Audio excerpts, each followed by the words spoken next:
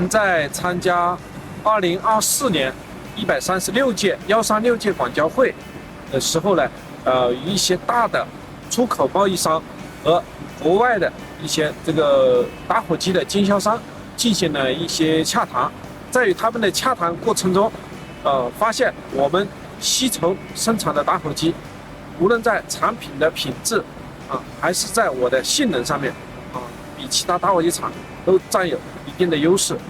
第一批订单已经在1月份我们出口到巴基斯坦，目前客户已经收到我们的产品了，而且对我们的产品评价非常高。第二批产品是在今年的2月中旬出的，这一批是188万只，主要出口到伊拉克的。